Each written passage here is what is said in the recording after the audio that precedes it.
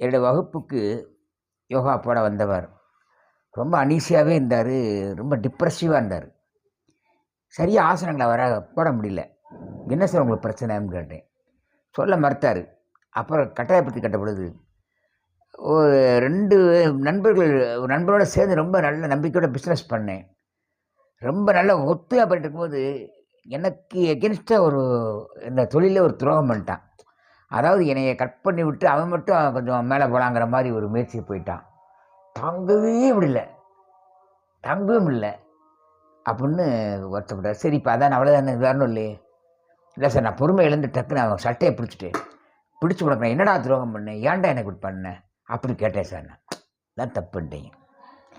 எதுக்கு அப்படி கேட்டீங்க? இப்போ என்ன சார் துரோகம் பண்ணவனை எப்படி கேட்காம இருக்கிறது?